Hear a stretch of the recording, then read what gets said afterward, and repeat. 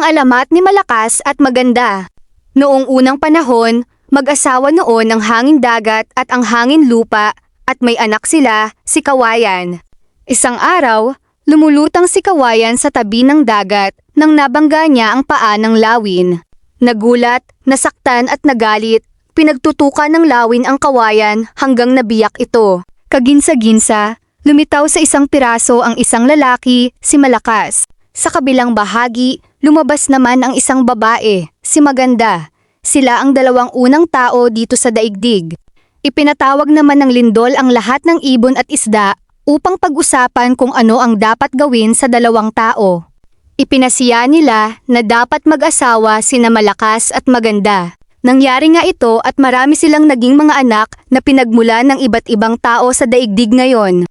Pagtagal, nayamot ang mag-asawang Malakas at Maganda sa dami ng kanilang mga anak na tamad at walang pakinabang. Nais nilang palayasin lahat, subalit hindi nila alam kung saan itatapon ang mga ito, kaya nagtiyaga na lamang ang mag-asawa. Dumami pa uli ng dumami ang mga anak sa paglipas ng panahon at nangyari na hindi na nakaranas ng tahimik sina Malakas at Maganda. Isang araw, hindi na nakatiis si Malakas at dampot ang isang bakawan, pinaghahataw ang mga bata, takbuhan sa takot ang mga anak at nagtago sa iba't ibang lugar. Ang iba ang nagtago sa mga silid ng bahay, ang iba ay sumingit sa mga dingding, ang iba ay nagkubli sa mga kalan sa kusina. Ang ibang anak ay tumakas sa labas, habang ilan ay tuluyang lumayas sa dagat. Sa ganitong paraan, nagkaiba-iba ang mga tao na kumalat sa daigdig. Ang mga nagtago sa mga silid ang naging mga pinuno sa mga pulo. Ang mga sumingit sa dingding ang naging mga alipin.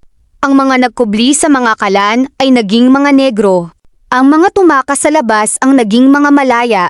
Pagkaraan ng maraming taon, ang mga anak ng lumayas sa dagat ay bumalik, at sila ay mga maputing tao, ang mga dayuhan.